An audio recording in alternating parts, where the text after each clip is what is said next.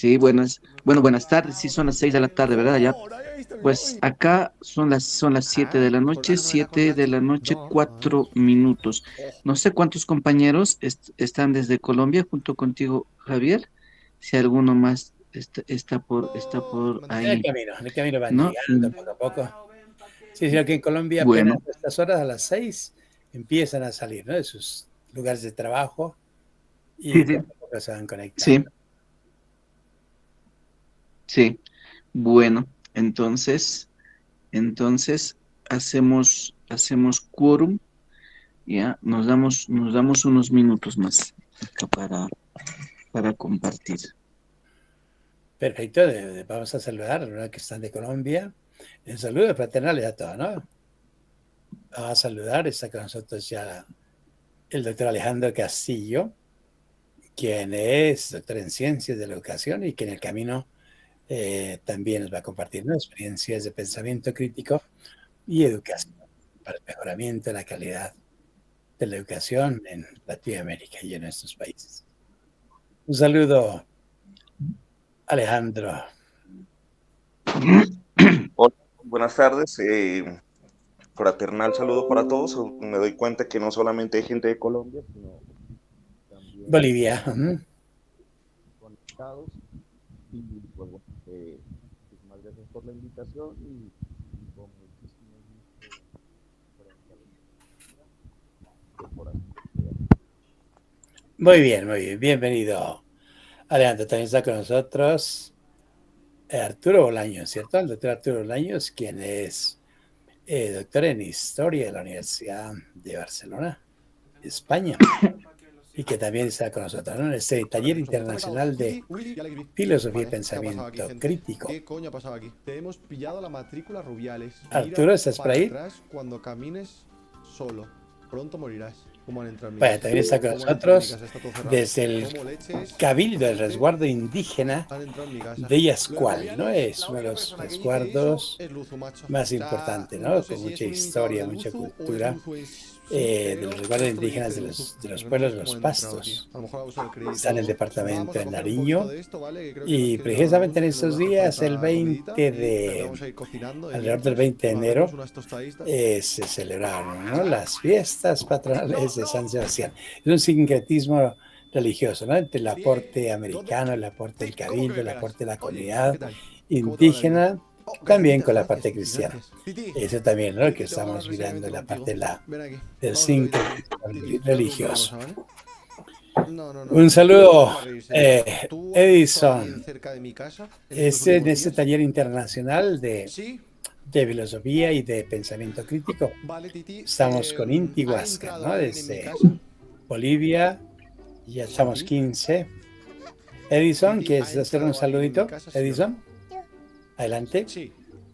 Buenas noches. Vale, Titi. Mucho gusto. Espérate un momento, ¿vale, Sí, Titi? Vale, Titi. muchas ¿El que ha gracias entrado por la invitación. era esta persona? Sí, estamos desde el resguardo indígena de Yascual, pues Vale, vale, no sé. Vale, atendiendo vale, esta vale, vale. amable Devuélveme la invitación foto, que por nos favor. ha Devuélveme hecho la foto, que es una foto que me el regaló tu padre en el doctor 82. Javier. Vale, Titi, ¿has Esperamos pues que sido sea alguna de estas personas que están muy aquí? fructífero. Sin Muchas contacto. Y gracias. mira lo que le hacen Muy bullying, bien, ¿eh? así será, ¿Cómo le ¿no? hacen bullying a los Están tíos? ¿Está en cordialmente esa foto? invitados. Todos los Titi. viernes nos conectaremos 2 horitas en No, este dime taller sí o no, Titi. internacional. Dime sí Pueden o no. conectarse, ¿no?, todos los compañeros que deseen. No. Al final del Sí, día, en Vale, el Titi. mes No sé de quién ha sido, junio, pero ya no habrá la puedes dejar entrar a nadie certificación, en ¿no?, esta casa, ¿vale? Por mucho que te de lo este pida o lo que sea. ¿Por proceso qué? que es Porque van a muy hacer mucho daño a participativo. todito. Todo Bueno, el mundo quiere adelante, hacerle daño a Indy. todito. ¿Por qué? Ya Porque están nos 15, regalan dinero. 16. sí, tenemos un buen quórum. Bueno, buenas noches, una vez más. Acá en La Paz en Bolivia van a ser las 7:10 de la noche, una horita menos allá en Colombia, ¿no? Me parece particularmente en el área andina de Colombia, es decir, lo sentimos un poquito más cerca, incluso para quienes estamos en La Paz, ¿no? Claro, comentar, estamos en nuestro taller, en nuestro espacio de compartimiento semanal respecto de la generación de pensamiento crítico, filosofía y pensamiento crítico, un espacio que en el caso de nuestros participantes en Bolivia está pensado particularmente para gente vinculada a la educación, ¿no? O sea, tenemos una preocupación específica, no hacemos filosofía en sentido abstracto, sino que buscamos su vinculación al área educativa, ¿no? Es decir, cómo pensar la generación, o cómo pensar la filosofía y la generación de pensamiento crítico como herramienta que nos permita desarrollar actitudes que puedan ser potenciadas en el área educativa, ¿no? ¿No? Entonces ahí aparece para nosotros una preocupación particular que con nuestro hermano, con nuestro compañero, Javier, pues es compartida, ¿no? Y que nos está permitiendo que podamos desarrollar un proceso, ¿no? Eh, acompañado, ¿no? Con la Universidad Nacional de Nariño, un espacio al que nosotros en La Paz, en Bolivia en general, pretendemos abrirle un escenario también, que abrirle un espacio también en el país para que tenga una presencia desde donde se pueda dialogar, ¿no? Entonces, la idea no es tener solamente esta actividad, sino también poder abrir más puertas, ¿no?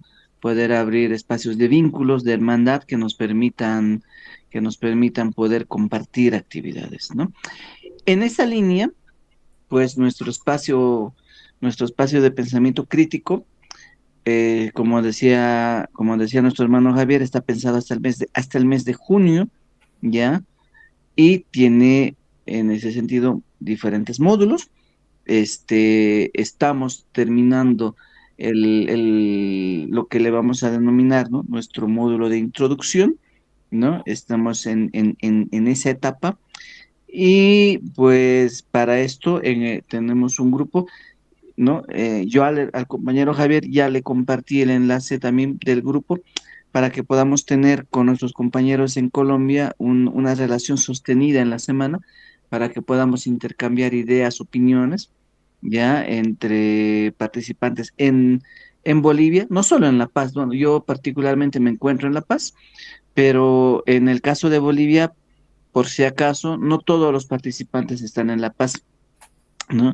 Nuestros participantes están en Santa Cruz, en Potosí, en Cochabamba, en Sucre, ya, entonces también es una cosa bastante diversa en el caso de los participantes en Bolivia, ¿no?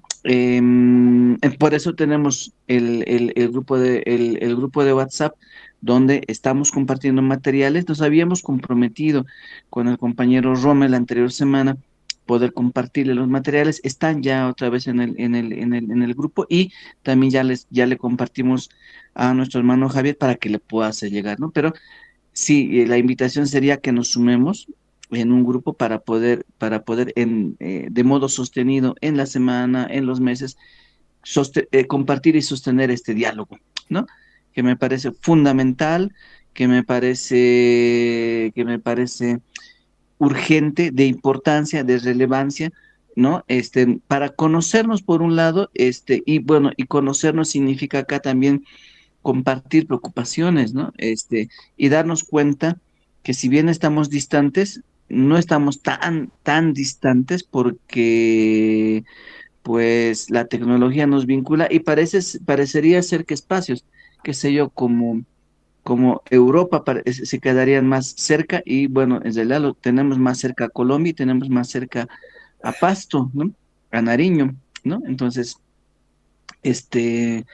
necesitamos conocernos, necesitamos compartir, ¿no? Me parece que esa es una urgencia que está también ahí pendiente, ¿no? Una deuda que tenemos que zanjarla, ¿no?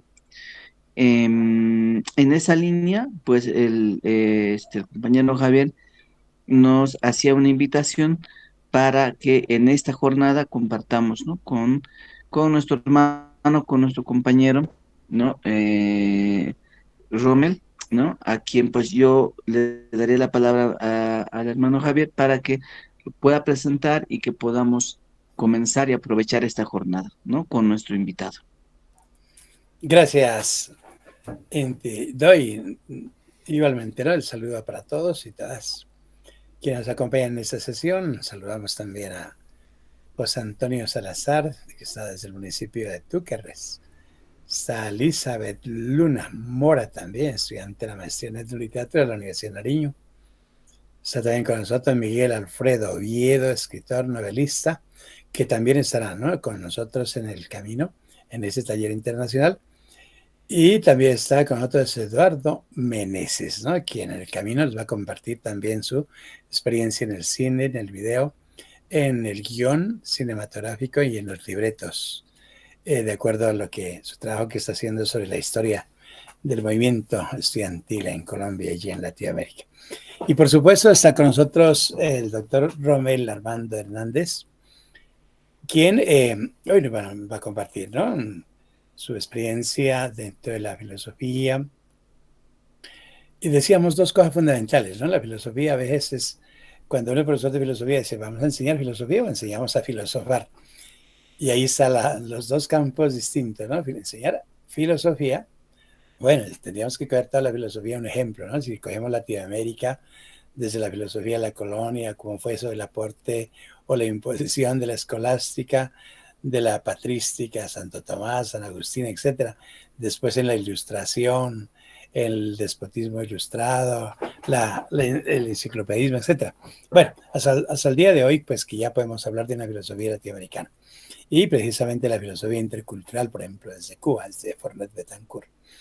Pero otra cosa, cierto, es, al mismo tiempo, como educadores, como estudiantes, como maestros, enseñar a pensar, enseñar a filosofar, enseñar y a pensar desde un modo crítico, ¿no? Y ahí hay una parte importante que nos dice, por ejemplo, que en el contexto de la educación, por ejemplo, hay un autor latinoamericano que sostiene que el pensamiento crítico es un pensamiento cognitivo complejo. Complejo en el sentido, ¿no?, los links, que está siempre conectado con algo, que implica disposiciones y capacidades con 3 dimensiones básicas. No se olvide, el pensamiento crítico.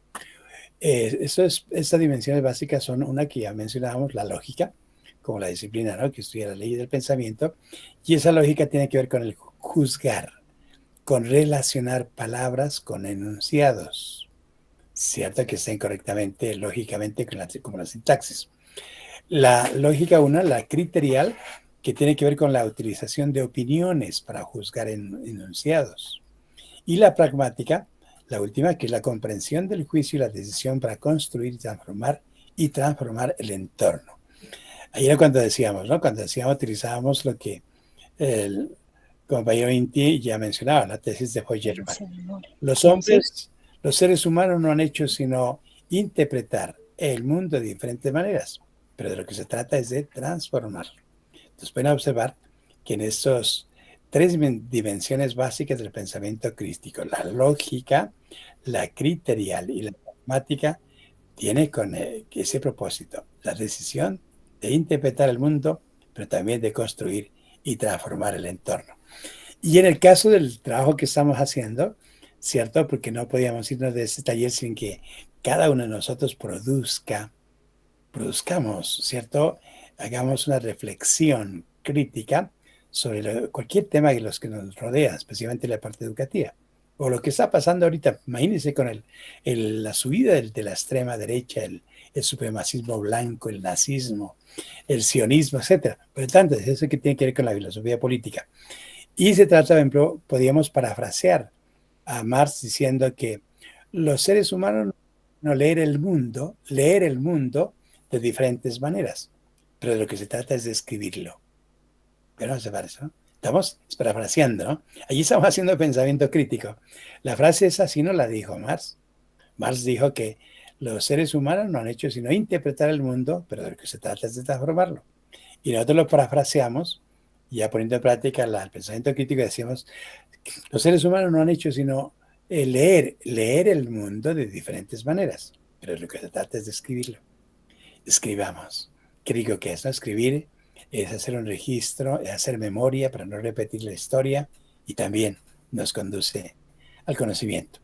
Bueno, y sin más preámbulos, el doctor ya está con nosotros, el doctor Rommel Armando Hernández, como les comentamos, ¿no? Con toda una experiencia mucho más que cualquiera de nosotros, por supuesto, porque él es licenciado en filosofía, él es magíster en filosofía y es doctor en filosofía.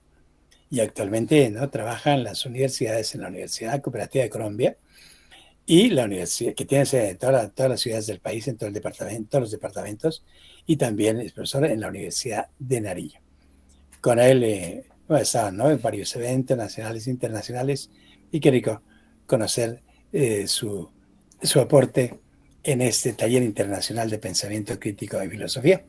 Con ello, le damos la palabra al doctor Rommel Armando Hernández. Gracias, doctor Rommel, y bienvenido a este taller internacional de filosofía y pensamiento crítico. Adelante. Profe Javier, muchas gracias por el saludo y obviamente por el espacio. Asimismo, un saludo muy afectuoso a Inti y a todos los compañeros que se encuentran conectados. Bueno, pues cuando por lo general hablamos de filosofía y de prácticas en filosofía, hay algo que últimamente siempre, o bueno, algo que últimamente está presente, y es la idea de la banalización de la filosofía, ¿no? Y eso hay que entenderlo y hay que tratar de establecer una diferencia entre la banalización de la filosofía y la popularización de la filosofía. Permítaseme compartir una presentación.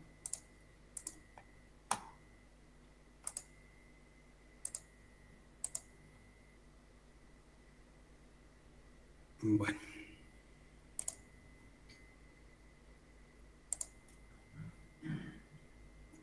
Entonces,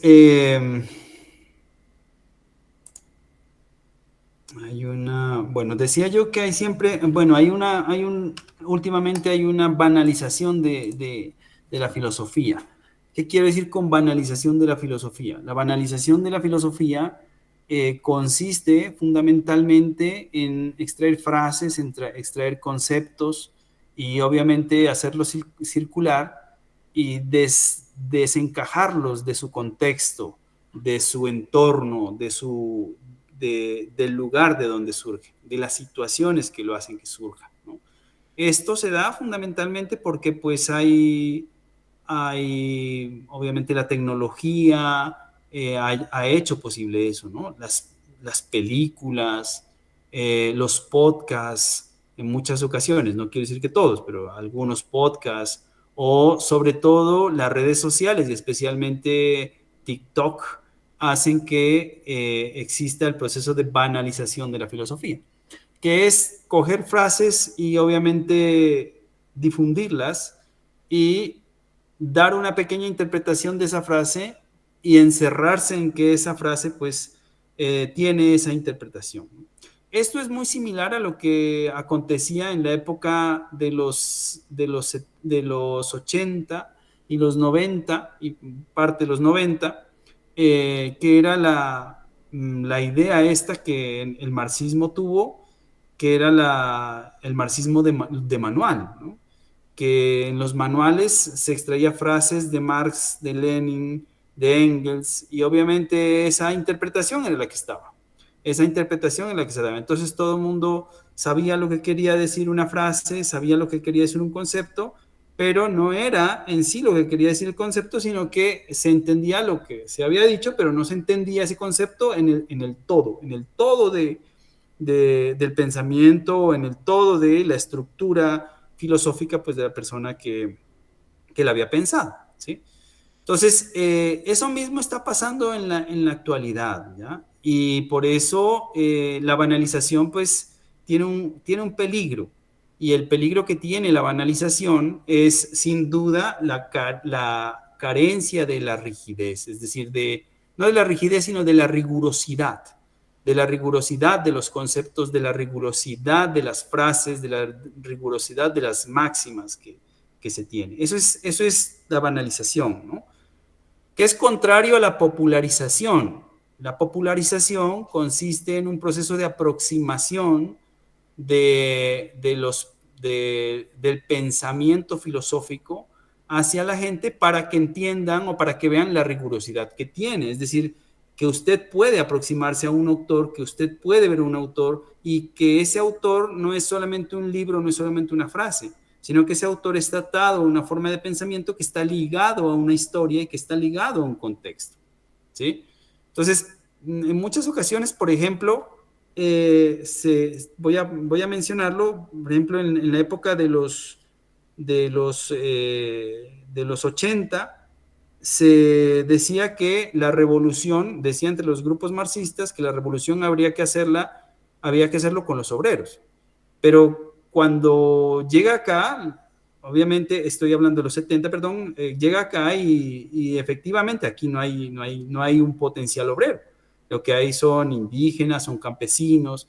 Y entonces, claro, ese hecho de entenderlo de manera muy ligado al pensamiento de Manuel, pues hace que no se pueda entender la realidad y en muchas ocasiones se desentienda factores que pueden ser valiosos para las transformaciones sociales, o bueno, en el caso que estamos hablando, también pues para los ejercicios pedagógicos, ¿no?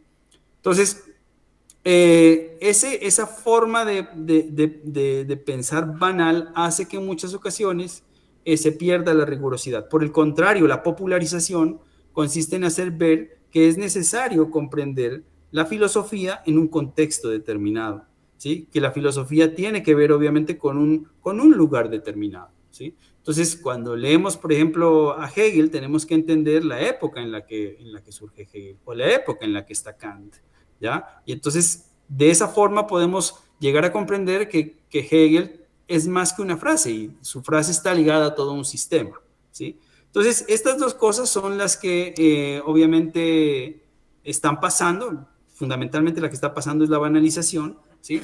Y obviamente esto tiene que ver con que el hecho de que se dé la banalización tiene que ver con ¿qué? Con una serie de circunstancias que hacen posible que la filosofía pues esté tomando esa característica, dado que hay unas estructuras, hay unos tiempos que sin duda pues están permitiendo eso, ¿no? Entonces, se evidencia que en muchas ocasiones, por ejemplo, lo que pasa en las aulas del bachillerato, en muchas ocasiones, por las dinámicas que se tienen en la actualidad, que los profesores no tienen en ocasiones tiempo para la preparación de clase, entonces se acude a lo inmediato, ¿sí?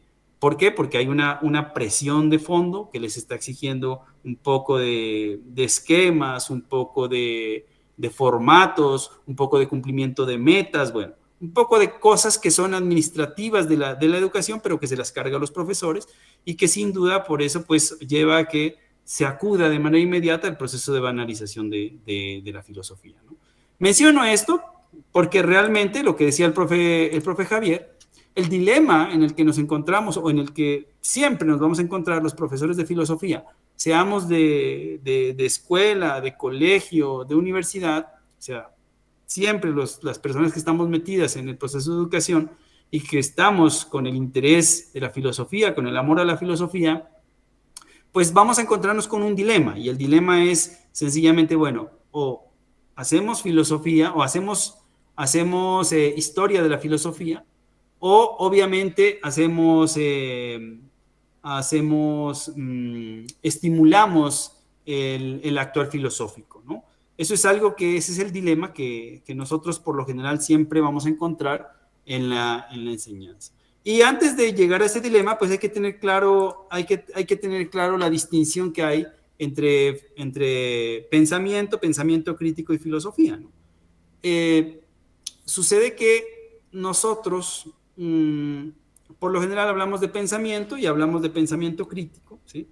Y obviamente el pensamiento es una habilidad que tenemos los seres humanos. Hoy en día también hay la idea de que los animales también piensan, y eso es así, en el sentido en que son capaces de llevar a cabo unos procesos de reflexión, ¿sí?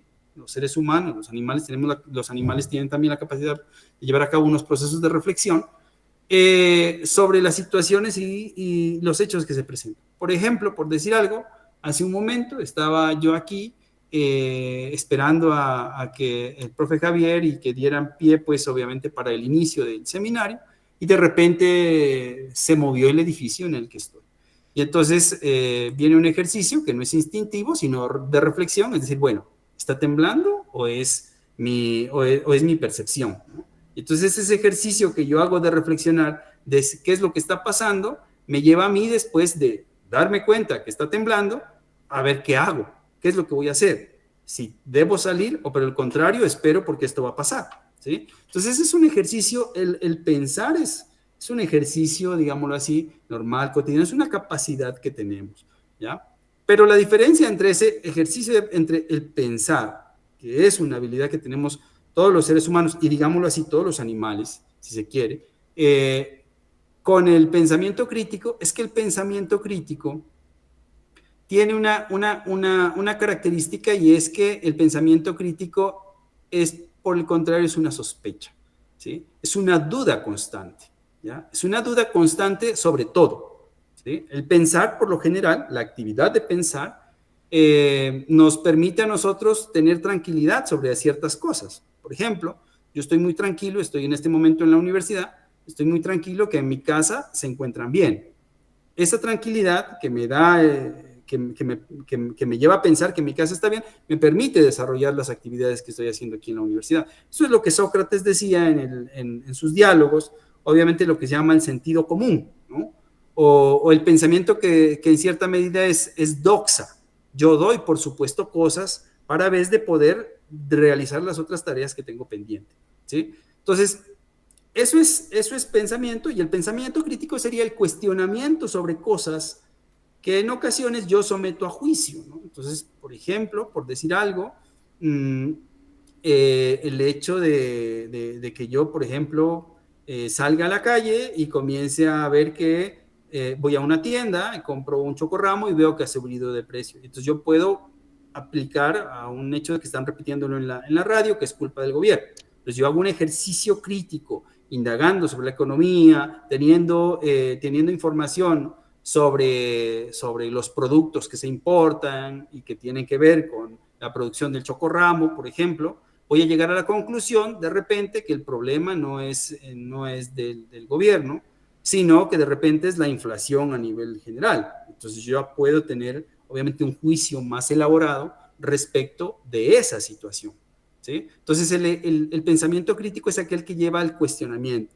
Y parece muy sencillo, ¿no? En el sentido de decir, parece muy sencillo cuestionar las cosas, pero realmente es difícil, porque por lo general nosotros estamos acostumbrados a aceptar las cosas como bien, ¿sí? Entonces, enseñar a cuestionar las cosas es enseñar a cuestionar las realidades. Es algo supremamente complejo, es algo muy difícil, porque también la misma educación ha llevado a que asumamos que hay cosas que están dadas. No nos cuestionamos sobre, por ejemplo, el mismo proceso de enseñanza a veces, ¿no? Es decir, si realmente la estructura que tenemos de enseñanza, que es los estudiantes enfrente, el profesor adelante, ¿no? Dándole la espalda al tablero en un curso, esa forma, ese esquema tan tradicional, realmente no puede cambiar porque sigue siendo el mismo. ¿Desde cuándo viene? ¿Cuál es la razón? ¿Sí? O sea, ese tipo de ejercicio de dudar es algo que es muy difícil realizar, ¿no? Es algo que es muy difícil acostumbrarse, ¿sí? Porque sencillamente, como lo decía anteriormente, pues si dudáramos de todo en muchas ocasiones, vamos a sentir una especie de inconformidad, una especie de intranquilidad que nos va a resultar un tanto incómodo, ¿sí? Entonces, acostumbrarnos a dudar y enseñarnos a dudar, o sea, tomar el hábito de dudar sobre ciertas cosas, es necesario, pero también a veces es riesgoso, ¿sí? Entonces, el pensamiento crítico es necesario ¿para qué? Para vez de poder atacar los dogmatismos, para vez de poder atacar también el hecho de los totalitarismos, ¿ya? Porque permite obviamente establecer cuestionamientos constantes sobre las cosas que nos parecen que son verdades evidentes, ¿no? Indiscutibles, ¿no? La diferencia entre pensamiento crítico y filosofía es que la filosofía ya no es solamente una habilidad, una capacidad, sino que es unos hábitos, son unas actitudes que se asumen y que se replican constantemente. Aquí yo siempre lo he mencionado y lo menciono con las personas que a veces hablo, ¿no? Todos podemos todos podemos desarrollar pensamiento crítico, todos podemos tener actitudes filosóficas, ¿ya? En el sentido de que cuestionamos, en que tratamos de armar discursos que nos dan explicación sobre las realidades. Pero hacer filosofía implica pensar realidades, y no solamente pensar realidades, sino poder plantear visiones de mundo, ¿sí? Entonces, la filosofía, en cierta medida, en este punto, es tratar de universalizar visiones que se tienen. Lo que hicieron los griegos, lo que hicieron en parte los alemanes, como Kant, como Hegel, es tratar de posicionar una visión que se tenía de manera universal, ¿sí? Y lo que en parte, por ejemplo, hace Mariátegui, en parte lo que hace René Zabaleta Mercado, en parte lo que hace autores como latinoamericanos como Enrique Dussel, es precisamente pensar una situación universalmente, ¿sí? Universalizarla. Entonces se podría decir que habría unos ciertos grados de la filosofía, ¿sí? Unos ciertos grados del pensamiento que cuando llega a un proceso de universalización, pues obviamente se convierten en filosofía o se aceptan como filosofía, ¿sí? Entonces, ahí estaría como una distinción, aunque eso es un tanto polémico, ¿no? Hay una gran discusión sobre eso, precisamente desde la filosofía latinoamericana, sobre qué es la filosofía latinoamericana, ¿no? Y sobre qué es la filosofía y sobre qué es pensamiento. Eso hay una serie de discusiones. Pero para tratar de entablar una distinción, pues podemos decir que el pensamiento sencillamente es una habilidad que nosotros tenemos, ¿sí? El pensamiento crítico es una capacidad que tenemos que desarrollar o que hay que desarrollar y cultivar, y obviamente ya la filosofía son visiones de mundo, concepciones de mundo, ¿no? Que nos permiten a nosotros poder actuar, poder convivir, poder aceptar unas dinámicas que nosotros mismos imponemos. Por ejemplo, detrás del capitalismo hay toda una filosofía, ¿sí? Detrás, en la época medieval, cuando existía, obviamente, cuando estaba la iglesia como institución dominante, pues detrás de eso había toda una filosofía, ¿sí? Y así mismo en la época clásica, cuando estaban los griegos, pues si tenían esclavos, existía toda una filosofía, obviamente, que los sustentaba, ¿sí? Entonces son unas visiones, obviamente, de mundo, y con eso, pues podemos establecer esa pequeña distinción entre pensamiento, filosofía y pensamiento crítico, ¿no? Con esto ya me permite avanzar hacia el dilema que había mencionado anteriormente sobre la dificultad que a veces que se tiene es que hay que hacer historia de la filosofía o enseñar filosofía. Y aquí viene el asunto más difícil. La mayoría de los profesores nos enfrentamos al hecho de que tenemos un tiempo determinado, sin duda, ¿sí? Donde hay que seguir un currículo, es decir, hay que seguir unos ítems, que en muchas ocasiones esos ítems están dadas por las instituciones en las cuales se elabora, ¿sí? Y aparte de eso, pues de haber un currículo y haber unos tiempos, el asunto es que el enseñar a filosofar, o sea, enseñar historia de la filosofía es, como lo decía el profesor Javier, enseñar el pensamiento, los elementos claves del pensamiento de Kant, su contexto, enseñar los elementos claves, por ejemplo, del pensamiento de Dussel y su contexto, ¿sí? Y a la vez ir mostrando la relación que él tiene, obviamente, por ejemplo, con Ortega y Gasset, o Ortega y Gasset con Leibniz, y así sucesivamente, ¿sí? Ir mostrando los hilitos que tiene, haciendo un proceso de exposición, ¿sí? Realmente hacer eso, historia de filosofía, parece en apariencia más fácil. No es que sea más fácil, es que sencillamente es más apto para las condiciones en las que estamos. que es obviamente la existencia de un currículo y unos tiempos determinados, ¿no? El asunto es que enseñar filosofía se mira más complejo. ¿Por qué? Porque enseñar filosofía, o sea, enseñar a filosofar realmente, enseñar a filosofar, implica algo que es entender que no existe tiempo determinado para enseñar a filosofar. ¿Por qué? Porque no se puede decir que el pensamiento tenga un tiempo determinado. O sea, nos podemos detener a pensar sobre el concepto de valor, por ejemplo, ¿sí? Pero no vamos a garantizar que en 2 o 3 días vamos a hacer una reflexión profunda sobre el concepto de valor. No lo podemos decir, ¿sí? Entonces, el asunto es que la historia de la filosofía, la enseñanza de la historia de la filosofía, es adecuada cuando se está enseñando lo que se conoce como por objetivos, ¿no? O por contenidos. Entonces, yo tengo que enseñar Kant, los elementos claves de Kant y ya, que se los aprenda y se los aprenda de memoria. Pero enseñar a filosofar implica que el estudiante o que la persona con la que uno está, o uno mismo, no solamente aprenda el contenido, sino que sea capaz de apropiarse de una realidad y comience obviamente a reflexionar sobre esa realidad y la comience a contrastar no solamente con la realidad que está presente, sino con la realidad de afuera, digámoslo así, la realidad nacional. O sea, comience a englobarse, ¿sí? Eso es lo realmente complejo, ¿ya? Entonces, esto lo hemos vivido la mayoría de los profesores, yo creo que todos los profesores que estamos enseñando filosofía, ¿sí?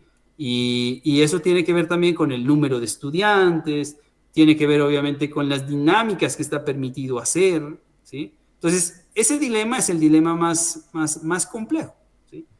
Y obviamente lo digo, enseñar historia de la filosofía termina siendo lo más, en cierta medida, lo más fácil dentro de esas condiciones, dentro de esas circunstancias. Y ese es el dilema en el que nos encontramos. Ahora, ese dilema se da por la educación, el modelo de educación que tenemos. Es un modelo de educación que es mercantil, ¿sí? Es decir, la educación que se tiene, el sistema de educación, lo que le interesa es obviamente poder formar personas que tengan las habilidades, las aptitudes para ir al mercado, ¿sí? Eso es lo que busca, ¿ya? ¿Por qué? Porque la educación dentro de la sociedad capitalista es una mercancía más, ¿sí? Es un elemento de mercancía nada más. Por lo tanto, en muchas ocasiones no le interesa el cultivo del pensamiento crítico. Y no le interesará tampoco la filosofía en el sentido de el filosofar, sino que le interesará saber los contenidos mínimos de filosofía. Y es más, en este último tiempo, ¿no?, si se puede prescindir de la filosofía para darle paso a los cursos que alimentan el pensamiento técnico, genial, ¿sí? Excelente. ¿Por qué? Porque realmente es más útil, digámoslo así, una persona que sabe, por ejemplo, medir, una persona que sabe calcular, una persona que sabe diseñar y que puede fácilmente estudiar arquitectura, ingeniería, o una persona que puede fácilmente desarrollar una labor de formarse como profesional en mecánica, que una persona que cuestiona obviamente la realidad existente, ¿no? Entonces es mucho más favorable para la sociedad capitalista el que un estudiante o una persona aprenda esto que estoy diciendo y que no reflexione, ¿sí? Entonces, ese es el contexto en el que nosotros nos encontramos, ¿sí? Esa es la dificultad en la que nosotros nos encontramos, ¿sí? Como docentes. Aquí hay un autor que me parece siempre he admirado, un autor colombiano, que es Estanislao Zuleta, para quien obviamente él tenía una frase que está ahí en la diapositiva, y él decía, un individuo que sabe pensar es un individuo incómodo, ¿sí? ¿Por qué? Porque es un individuo que constantemente está cuestionando, que constantemente está criticando, ¿ya? Lo que yo menciono en ocasiones es que, por ejemplo, los profesores, a la mayoría de los docentes les incomoda los estudiantes jodones. ¿Qué quiere decir los estudiantes jodones? Los estudiantes que molestan mucho.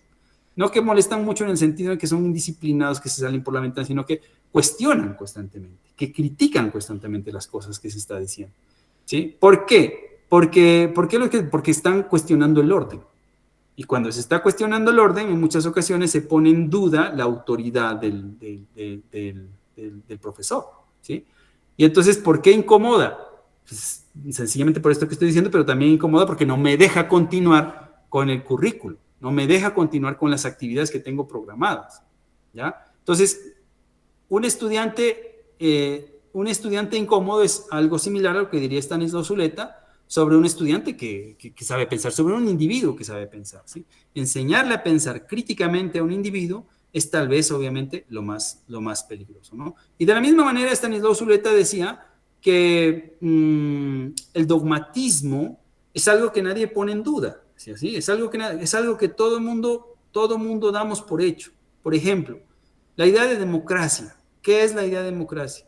En el sistema educativo se ha reducido la democracia a un ejercicio procedimental como es el de sufragar, ¿sí? El de depositar el papelito y escoger a alguien que represente. Se ha reducido a eso, pero nadie se ha cuestionado realmente el sentido de la democracia, si la democracia tiene o no tiene apellido, es decir, si existe la democracia burguesa, si existe la democracia proletaria, si existe la democracia en un sentido más allá de la mera definición y si existe en la realidad, ¿sí? Entonces, ese tipo de ejercicios dan cuenta de que el pensamiento, dan cuenta de que lo que diría Stanislaw Zuleta, dan cuenta que el pensamiento dogmático es algo que de todas maneras también es necesario para el sistema educativo en el cual nos encontramos, que es el sistema capitalista, ¿sí? ¿Por qué? Porque el dogmatismo, los dogmas, crean sin duda también un sentido común. Y volvemos nuevamente a la idea inicial, ¿no? De que el dogma nos da tranquilidad. Entonces, por ejemplo, en Colombia se ha sustentado la idea, se ha soportado la idea de que tenemos la democracia más sana y más larga de América Latina, ¿sí? Pero entonces nadie ha cuestionado qué ha implicado esa democracia. Por ejemplo, cuando uno hace la revisión de textos en historia, se va a dar cuenta, por ejemplo, que la idea de democracia que tenemos y la democracia que tenemos se construyó a partir de la persecución de liberales, de socialistas y comunistas. Se construyó a partir de todo el proceso de masacre a los trabajadores, ¿sí? De todo el proceso, en el fondo, de estigmatización de aquellos que eran incómodos, de aquellos que cuestionaban el valor, ¿no? O, por ejemplo, hay también una creencia de que Estados Unidos es un país democrático donde se respetan las libertades. Bueno, ahora no eso ya no es tan oculto, ¿no? Pero antes se decía así, ¿no? Y, por ejemplo, hay un librito que escribió Leonardo Padura, que se llama Los rostros de la salsa, y le hace una entrevista a Rubén Blades, y Rubén Blades comenta cómo, por ejemplo, cuando él saca al mercado, es decir, saca a la radio, esta canción de salsa que se llama El Tiburón, que cuenta cómo Estados Unidos invadía, o sea, hacía una alusión, ¿no?, a cómo Estados Unidos rondaba el Caribe para, a vez de tratar de proteger de cualquier intento subversivo, se estaba refiriendo a Nicaragua, pues esa canción él la pone en la radio y extrañamente lo censuran. Y Rubén Blades no puede ser escuchado en Estados Unidos casi durante 8 o 10 años. ¿Sí? No pudo ser escuchado, estuvo censurado, ¿ya? Entonces, claro, la idea de que la democracia en América Latina, en Norteamérica, es algo sagrado y respetado, eso es un dogma. Pero cuando uno comienza a escarbar, se encuentra de que efectivamente no son así las cosas. Entonces, los dogmas nos dan la tranquilidad, ¿sí? Y todo el sistema que nosotros tenemos educativo tiende a formar esos dogmas. ¿Por qué? Porque está dentro de un sistema que es el sistema, obviamente, capitalista. Y de ahí, obviamente, vienen las distintas prácticas, pues, que nosotros podemos tener, ¿no? O las distintas prácticas que tienden a desarrollarse pues, en nuestro sistema educativo a partir de ese dilema, ¿no? De ese dilema y especialmente teniendo en cuenta las condiciones en las que estamos, ¿no? Entonces, por ejemplo, una de las cosas que casi nunca se estimulan, digo casi nunca, partiendo de la práctica que yo viví, ¿no? Es decir, de cómo yo recibí la enseñanza de la filosofía en el bachillerato, ¿sí? En la universidad la cosa obviamente era un poco distinta, pero es la idea de que no se enseña a dudar, ¿sí? O no se enseñaba a dudar. Se enseñaba que había unos contenidos que había que aprenderlos y obviamente había que reproducirlos, ¿sí? Y en muchas ocasiones se cae en esa misma dinámica, ¿sí? Eso es así, ¿sí? Tampoco existe la posibilidad del diálogo en el sentido de ir más allá del texto, ¿sí? No se mira el contexto. Ese es otro tipo de dinámicas que hay ahí, ¿no? Que se van reproduciendo con las distintas prácticas pues, que se tienen. Y obviamente esto lleva también a que haya carencia de análisis, ¿no? Entonces, eso pues es obviamente lo que acontece, ¿no? en la dinámica de la enseñanza o en la enseñanza, ¿sí? Y si bien es cierto, han surgido prácticas dentro de la filosofía que tratan de estimular y que se miran en muchas ocasiones como prácticas extraacadémicas, a pesar de que estén en el currículo, pero son extraacadémicas, como por ejemplo, se entienden como extraacadémicas, como por ejemplo los cafés filosóficos, las prácticas filosóficas, ¿sí? Que no son los foros, ¿sí? Que antes se decía que el foro era la única práctica filosófica, y no, existe la práctica filosófica, que lo están desarrollando, obviamente yo he visto ya una maestría en práctica filosófica en Argentina, ¿sí? Y que explorando tiene algo muy valioso y es que comienza a tratar de popularizar la filosofía, entendiendo que la filosofía no es solamente un ejercicio académico, sino que la filosofía está en toda la vida, ¿no? Entonces, una cosa muy interesante es que esa práctica filosófica tiene sustento en el pensamiento estoico, es lo que yo logro mirar, ¿no? No quiere decir que así sea, sino que yo logro ver que tiene una práctica en lo estoico en cuanto cuestiona las acciones de los individuos, o sea, se cuestiona sobre las acciones de los individuos en relación con el carácter de los individuos. ¿Entiendes el carácter de los individuos? Su forma de pensar, su forma de interpretar, ¿sí? Para vez de poder decir si hay una coherencia o no entre la forma como se actúa y la forma como se piensa, ¿sí? Llevar al individuo a decirle, bueno, mira, a partir de una serie de preguntas vamos a tratar de ver lo que tú piensas y ver si obviamente la acción que tú tienes pues tiene relación o no, ¿no?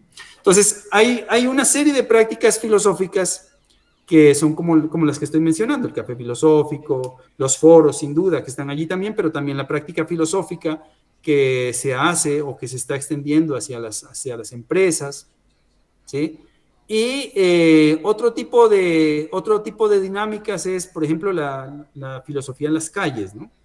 Que son clases abiertas, pero más que clases abiertas, son discusiones con la gente, es decir, se pone en un lugar, se pone un tema y sobre ese tema se va a hablar con la gente, ¿sí? Ya no es un espacio, obviamente, como el café, en donde se llama expertos, sino que obviamente se va a hablar con la gente, a interactuar con la gente. Ese tipo de prácticas son las que estimulan, sin duda, el filosofar, o llevan al ejercicio del filosofar, ¿no? Que puede llegar a un punto en el cual se pierda en ciertas ocasiones, y en eso hay que ser muy cuidadoso, se pierda en ocasiones la rigurosidad de la filosofía. ¿Por qué? Porque en muchas ocasiones se cree que hacer filosofía es sentarse bajo un árbol, ¿no? y pensar, pero realmente hacer filosofía implica también pensar en línea de la tradición, entiéndase, discutir con la tradición. Entonces, pongo el ejemplo, hay un texto de un profesor muy conocido acá en Colombia, que se llama Damián Pachón Soto, que es Historia del Pensamiento Filosófico Colombiano, o está ahí como Historia del Pensamiento, y él hace el análisis de lo que pasaba aquí en Colombia, cómo se enseñaba la filosofía aquí en Colombia, ¿no?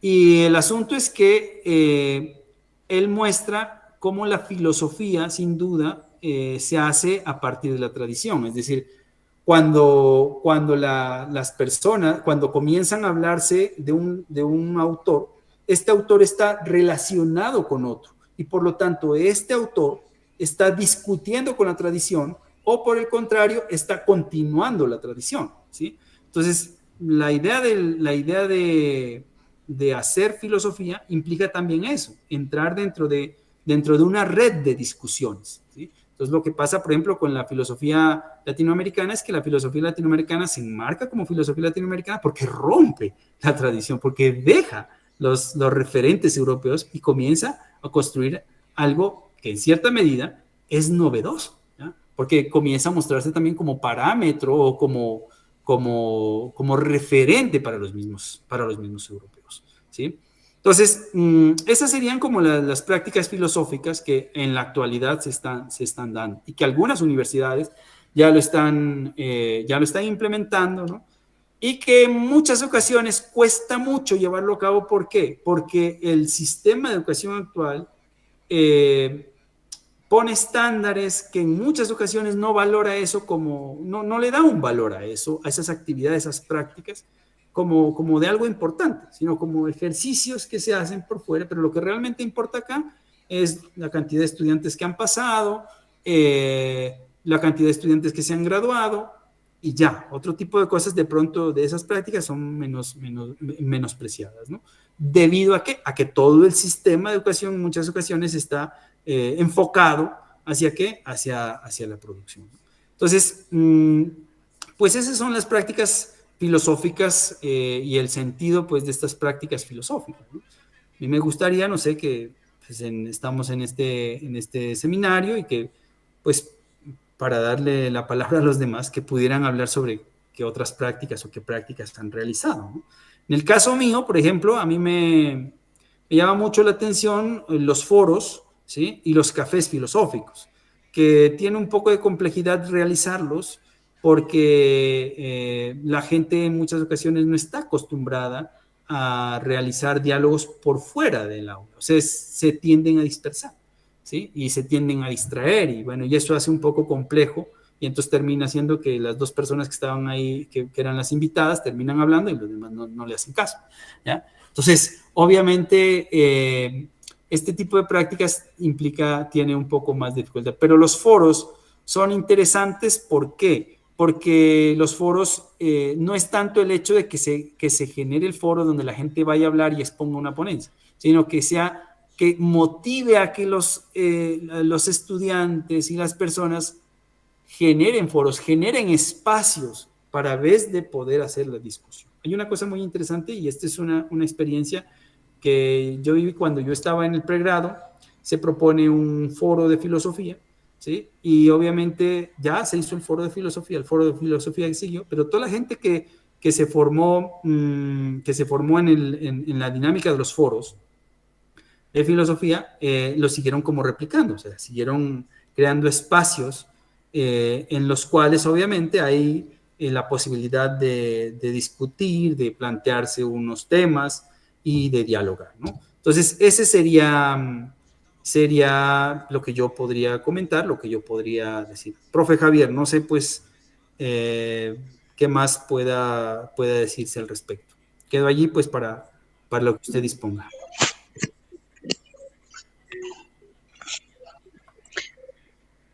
Muchas gracias, profesor Rommel. Buenas noches. Un saludo una vez más acá desde La Paz. La idea, antes de darle la palabra al profesor Javier, sería hacer una pequeña ronda, ¿no? Para identificar preocupaciones, para identificar consultas, Muy bien, sí. precisiones que vayamos a hacer. Ya en el chat apareció una primera pregunta, para que no se pierda, ¿no? Y de ahí yo quisiera dar la palabra a la gente para hacer una pequeña ronda. Pero ya había una primera pregunta que se refería a que si nos pudiera aclarar el maestro Romer a qué se está refiriendo muy concretamente con el tema de foros, ¿no? Aquí había una consulta para que nos pueda precisar eso, ¿no? Yo creo que esa puede ser nuestra primera consulta. Ahora sí, ¿quiénes más, hagamos una ronda? ¿Quiénes más pudieran levantar la mano para hacer una ronda y hacerle nuestras consultas y hacer la consulta a nuestros invitados? Herman está anotando, o querías tomar la palabra o nos mandabas el mensaje, bueno, no lo sé. ¿Quiénes se animan? Hagamos la ronda de manera libre, ¿no? Levantaremos la mano y tomaremos la palabra.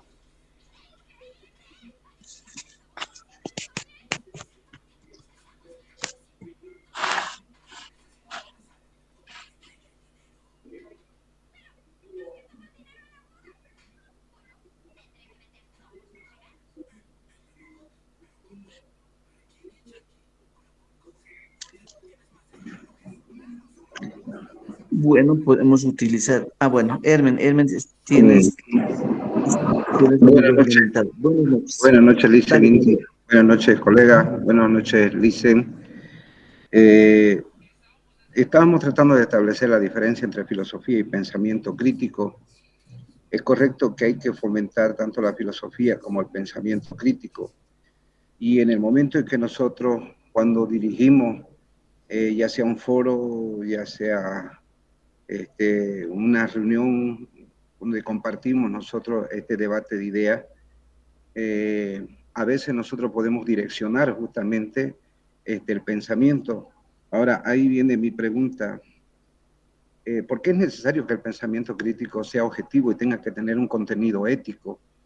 Porque de repente en el debate de ideas es justamente hacer que el otro eleve su pensamiento, así yo no estoy de acuerdo con él. Y ahí entonces cobra riqueza justamente el debate, porque se sobreponen los argumentos para poder ver cuál de las ideas es más sólida, tiene más sentido.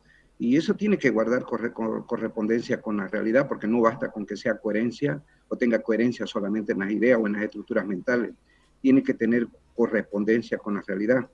Tiene que tener un respaldo histórico también, que estas ideas van a tener sentido, las que nosotros estamos defendiendo. Entonces el pensamiento crítico necesariamente va a ir revisando bajo la reflexión justamente esos argumentos que nosotros pensamos a nuestro criterio personal cuando los vertimos son los más valederos. Y nuestro interlocutor tiene todo el derecho, porque justamente por eso estamos hablando de filosofía y pensamiento crítico, esa libertad de poder entrar en desacuerdo. En el momento en que no hay estos desacuerdos, caemos en dogmas nuevamente. Entonces, salvar el pensamiento crítico es liberarnos de los dogmas, liberarnos de los totalitarismos, como dijo el colega anteriormente, para entrar en sí. La pregunta, vuelvo a repetir, ¿por qué el pensamiento crítico tiene que ser nomás necesariamente objetivo y tiene que tener un contenido ético? Gracias. Gracias, Hermen. Ahí tenemos una segunda intervención. No sé si tenemos por lo menos un par más para darle la palabra a nuestro invitado.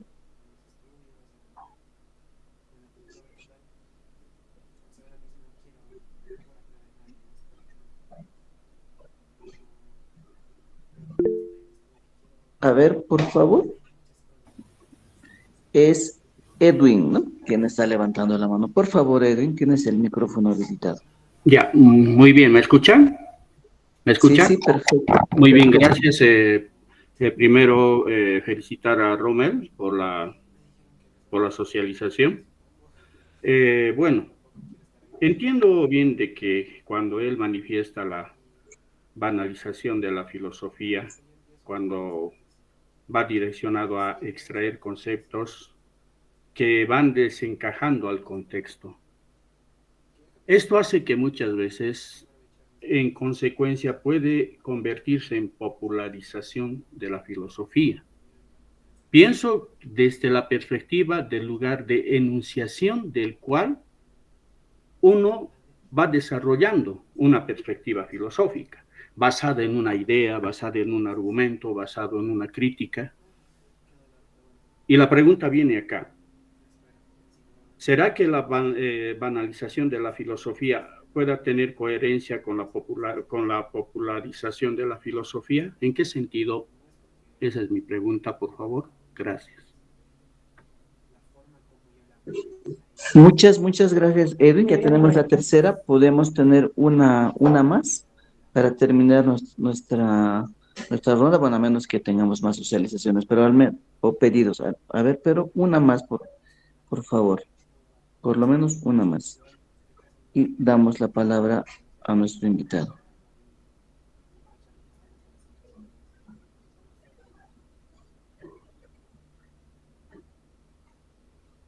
A ver, aquí tenemos a Juan, Elizabeth, Víctor, Elisa, Eduardo. Arturo, por favor. Creo que levantaste la mano.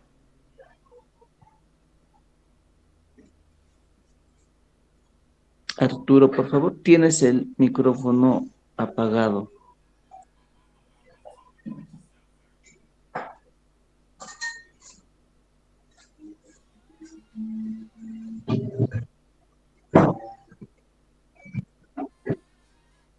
Sí, sigues, Arturo, con el micrófono apagado.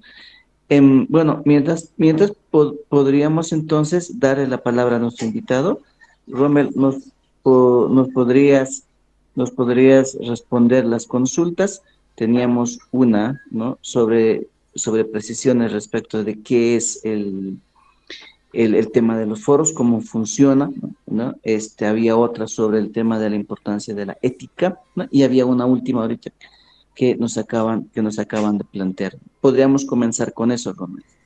Bueno, listo. Sí, la pregunta que hace Edwin sobre los foros, pues afortunadamente Hermen Subirana lo definió muy bien ahí en el chat. Y es sencillamente crear un espacio en el cual gente pues que tiene interés sobre, en el caso, por ejemplo, acá de la Universidad de Nariño, la experiencia que estoy contando, los estudiantes presentaban propuestas y se reunían, las exponían, y obviamente pues se daba la posibilidad del diálogo, de la interacción, ¿no?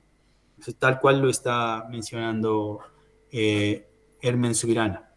Esa es la dinámica del foro, ¿no? Bueno, esa sería la primera pregunta. La segunda pregunta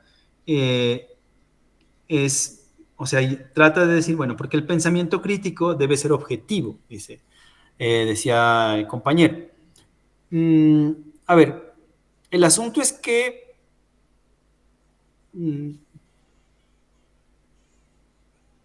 yo recuerdo aquí, hay un librito que se llama Enseñar Pensamiento Crítico, de Bell Hooks, una autora norteamericana, que ella sostiene que el pensamiento, o sea, que el ejercicio del pensamiento crítico no se puede hacer de manera neutral. Es decir, no puede hacerse sin ubicarse, sin ubicación, ¿sí? O sea, sin asumir una postura, ¿ya? El asunto es que el ejercicio del pensamiento crítico se hace bajo la idea del cuestionamiento, teniendo una postura, pero hay algo que hay que entender, es que es necesario también aceptar que probablemente la postura de la que partimos para criticar, para cuestionar, puede estar equivocada, ¿ya?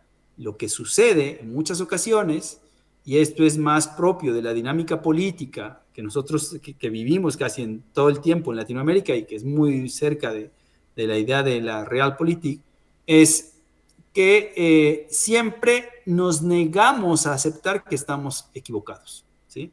Entonces, lo interesante del pensamiento crítico es que el pensamiento crítico no solamente es crítico con la realidad que se presenta, sino que también es crítico con las personas que cuestionan, porque probablemente hasta la misma pregunta, el mismo cuestionamiento esté equivocado. Entonces, yo diría más bien, no es que el pensamiento crítico sea objetivo, sino que busca una objetividad, ¿sí? Busca una objetividad. Y en este punto quiero aclarar, no una objetividad a la manera positivista, sino entendiendo que la misma objetividad es una construcción histórica, ¿sí? Es una construcción histórica que está ligada a un momento, a unas épocas, a unas circunstancias determinadas, ¿ya? Entonces, eso podría yo responder, es decir, el pensamiento crítico buscará esa objetividad, más que ser objetivo en sí, sino buscará esa objetividad, en el sentido en que estará cuestionando, estará criticando y tratará de buscar, obviamente, elementos que se puedan decir sólidos contextualmente y argumentalmente, ¿sí? Bueno, esa sería la respuesta al compañero, que me parece una pregunta muy, muy valiosa, ¿no? Y sobre esto, de manera más sencilla, lo decía el profesor Stanislao Zuleta, que es un filósofo de aquí de Colombia, un filósofo caleño.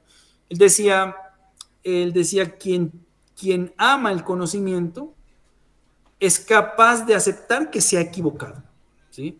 Es capaz de aceptar que está en una posición equivocada. Pero las personas que están apasionadas y que están ciegas son las personas que no son capaces de autocriticarse, es decir, yo me equivoqué, ¿sí? Y entonces, claro, ahí hay imposibilidad, obviamente, de aceptar la idea de una objetividad, de que existe la posibilidad de una objetividad. Bueno, entonces, sobre eso respondería yo la pregunta. Y lo segundo, la relación entre la banalización y la popularización. Si la pregunta es si la banalización no es ya también una popularización. Puede decirse que hay una popularización de la banalización, ¿sí? Es decir, la filosofía se populariza en la medida en que circula por las redes, pero obviamente carece de la rigurosidad, ¿sí? La idea de la popularización de la filosofía consistiría en entender que solamente se puede hacer filosofía si se es riguroso. ¿En qué sentido ser riguroso? En el sentido del cuestionamiento, en el sentido de entender que los conceptos los conceptos, las sentencias, no son frases que se deban tomar como las oraciones, pues, religiosas o como el Padre Nuestro, sino que tienen un contexto, ¿sí? Entonces, la clave de la popularización está en entender los contextos, Y más que darle solución a la gente sobre lo que es la filosofía, darle un contenido total de lo que es la filosofía, es enseñar o decir que la filosofía es una complejidad a la cual las personas se pueden aproximar, se pueden ir e indagar, ¿sí? Hay una cosa que en alguna ocasión tuve una discusión con algún compañero, era precisamente que yo decía, la filosofía es algo muy bonito y es muy fácil, le decía. Entonces me decía, ¿cómo vas a decir que es fácil? Claro, es fácil porque es algo cotidiano, es algo que a ti te está pasando cotidianamente y que tú lo ves. Por ejemplo, por decir algo, la idea marxista, por ejemplo, de la teoría del valor y la teoría del valor y la teoría del valor. Si tú lo puedes entender en los procesos de la mercancía, nada más. Tú sales a la calle, ¿sí? Y de repente te encuentras con que tú tienes un maletín y ese maletín, alguien llega y te dice, mire, le compro ese maletín, me gusta mucho. Entonces tú le dices, sí, pero no está en venta, o sea, porque me lo regaló mi papá y porque me gusta. Entonces alguien te dice, le ofrezco 10 millones, 20 millones, 50 millones. Y ustedes, no, porque es que este maletín tiene un significado especial para mí, ¿sí? Entonces, claro, cuando tú miras allí eso que estás viviendo, puedes entender lo que es el valor de uso y el valor de cambio. El valor de cambio sería el valor que se le asigna en el mercado que alguien te ofrece, y el valor de uso sería la importancia que tiene para ti, ¿sí? Entonces, claro, a partir de eso que tú estás viviendo, puedes entender la teoría del valor. O puedes entender la teoría imperialista con lo que está pasando, por ejemplo, hoy en Colombia, ¿sí? Es decir, no solamente en el hecho de que un presidente latinoamericano le dice a un presidente norteamericano que no acepta sus condiciones, sino en este otro hecho, que la mayoría de colombianos consideran que el presidente actuó mal. ¿Y por qué actuó mal? Porque en la cabeza colonizada que nosotros tenemos, consideramos que hicimos enojar al imperio, ¿sí? Y entonces, como hicimos enojar al imperio, pues entonces vamos a padecer y vamos a tener dolores de cabeza. Y esa es una idea colonizada, que la podemos mirar, la podemos comprender a partir, por ejemplo, de lo que René Zabaleta Mercado explicaba sobre la sociedad abigarrada, cómo en la sociedad abigarrada hay distintas visiones, pero predomina una, ¿sí? Que eso es muy similar, obviamente, a lo que diría Gramsci sobre la idea de la hegemonía. Entonces ahí la estamos viviendo, la vemos. Entonces yo le decía, eso es algo, o sea, la filosofía es algo muy bonito, muy fácil. Si logramos, obviamente, si logramos entender que es compleja. Y cuando entendemos la complejidad es que podemos verla en el diario vivir, podemos apreciarla en el diario vivir, ¿no? Eso podría yo responder respecto de la banalización y la popularización. Es decir, en concreto, si hay una popularización de la filosofía, pero se banaliza cuando se le quita la rigurosidad, cuando se le quita, obviamente, toda, digamos así, la sistematización de la filosofía. Eso podría yo decir. Hasta ahí las respuestas, pues espero haber dado. Vicente, una pregunta más, aprovechando su presencia en esta clase. ¿De qué manera tanto la filosofía, el pensamiento crítico, los foros mal llevados, la filosofía mal utilizada? Por eso es que yo apelaba al contenido ético, ¿no? Que nuestro pensamiento tiene que tener un contenido ético. ¿De qué manera este pensar libremente que tiene el hombre, o que él cree que está haciendo filosofía, podría fomentar tanto la fake news, como son las noticias falsas, la posverdad? ¿De qué manera nosotros estaríamos de alguna manera fomentando? Porque hacerle creer también a un individuo que está tan desinformado, que está haciendo filosofía porque le lleva la contra a cualquier cosa, es peligroso, ¿no? Un ignorante motivado es peligroso. Entonces, ¿de qué manera una filosofía mal llevada, un pensamiento crítico que sería la última parte de los niveles de asimilación, mal llevado, mal desarrollado, podría fomentar tanto la falacia, la fake news, como también la posverdad? Gracias. Bueno, sobre eso yo me retomo nuevamente a la idea de los manuales de filosofía, manuales de marxismo que hubo en los 60 y los 70, ¿no? Como, por ejemplo, los manuales de marxismo priorizaban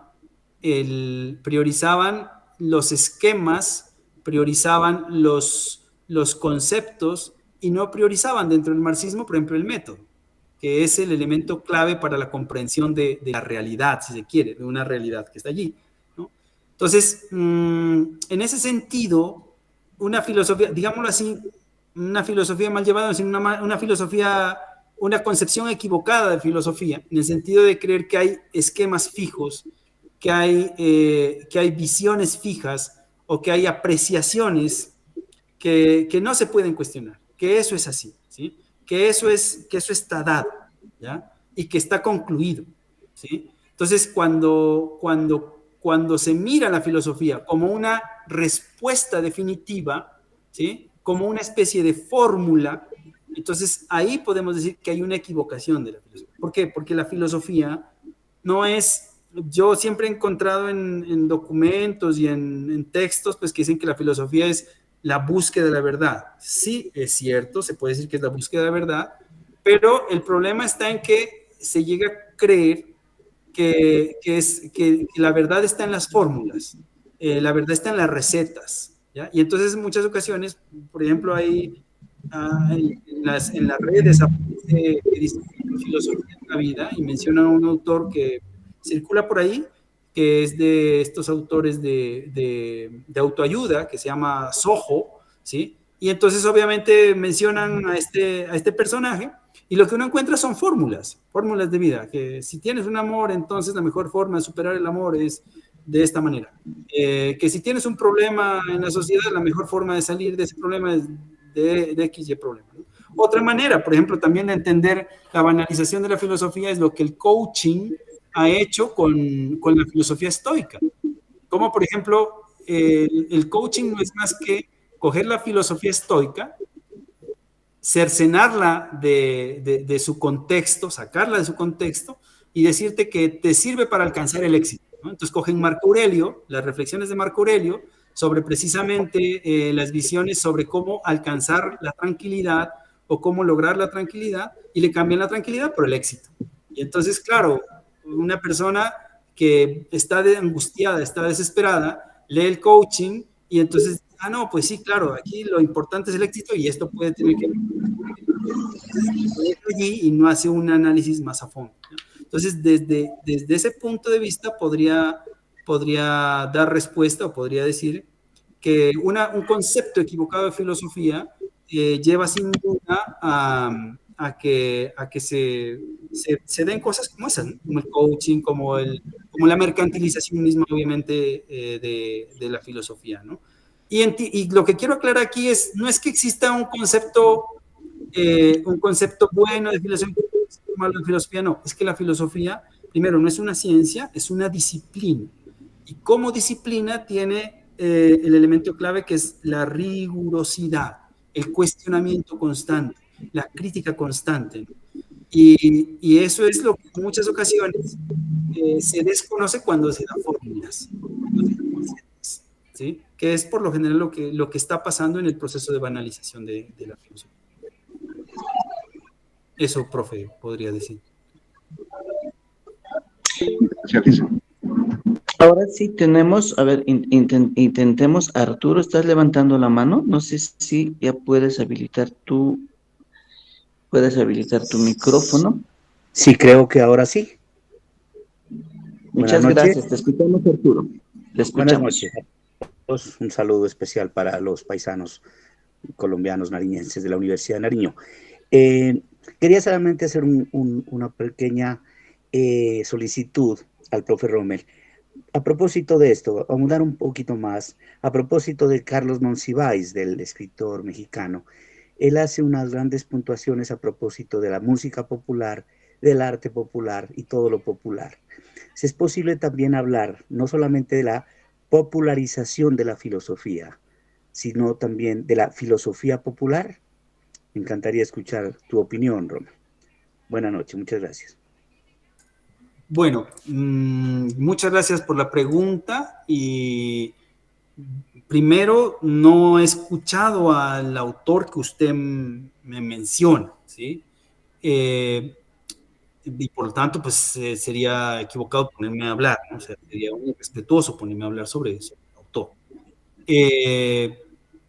Ya lo otro que usted me dice sobre la popularización de la filosofía y la filosofía popular, pues yo lo que creo es que, bueno, la popularización de la filosofía es sencillamente lo que decíamos, es llevar a una difusión de la comprensión de que la filosofía tiene rigurosidad, de que la filosofía no ofrece fórmulas, de que la filosofía no ofrece recetas, sino que por el contrario lleva al proceso de activación del pensamiento crítico. Y ya lo que sería la filosofía popular, ¿sí? Yo hablaba sobre ¿cómo decir?, grados de la filosofía. No grados en el sentido de que una sea mejor ni nada, sino, digámoslo así, en su dinámica de universalización. La filosofía son visiones de mundo, ¿sí? Son concepciones del mundo, ¿ya? Entonces, miren, si uno lee, por ejemplo, si uno lee Aristóteles, cuando Aristóteles está analizando la política, él está mirando la concepción de política que él tenía. Que esa concepción de política haya permanecido y haya sido obviamente retomada, eso pues obviamente la hace, digamos así, más universal, más llamativa, si se quiere, ¿no? Bueno, pero el asunto es que la filosofía no pasa de un plano pequeño a un plano alto, ser universal inmediatamente. Voy a poner el ejemplo, por ejemplo, con Marx. Cuando Marx en los 40 está leyendo a Hegel, en 1840 está leyendo a Hegel, y comienza a cuestionar a Hegel, comienza a criticar a Hegel, esa postura de Marx no es más que, obviamente, avalada por un círculo pequeño, por un grupo de personas, ¿sí? Lo que pasa es que en la medida que va avanzando el tiempo, obviamente por distintas disputas, por distintas luchas y por distintas circunstancias, se va extendiendo, ¿sí? Y entonces obviamente va alcanzando un espacio más amplio. Entonces lo que podríamos llamar como filosofía popular podría ser, en ese sentido, ¿no? Soy atrevido en este sentido, es popular en la medida en que un grupo determinado de personas lo acepta. Es una región, un lugar. Pero cuando ella trasciende y termina siendo aceptada, acogida por un grupo más grande, deja de ser popular y se comienza a convertir en universal. ¿ya? Entonces, Vale, ese sería la idea o la visión de la filosofía popular. vale, muy amable, gracias. Recuerdo el nombre del autor mexicano, Carlos Monsiváis. Carlos Monsiváis. Si Vale. podría escribirme en el chat, le agradecería muchísimo. Por supuesto, Rommel. Muchas gracias. ¿Tenemos ahí una o dos más participaciones o vamos haciendo el cierre de esta ronda?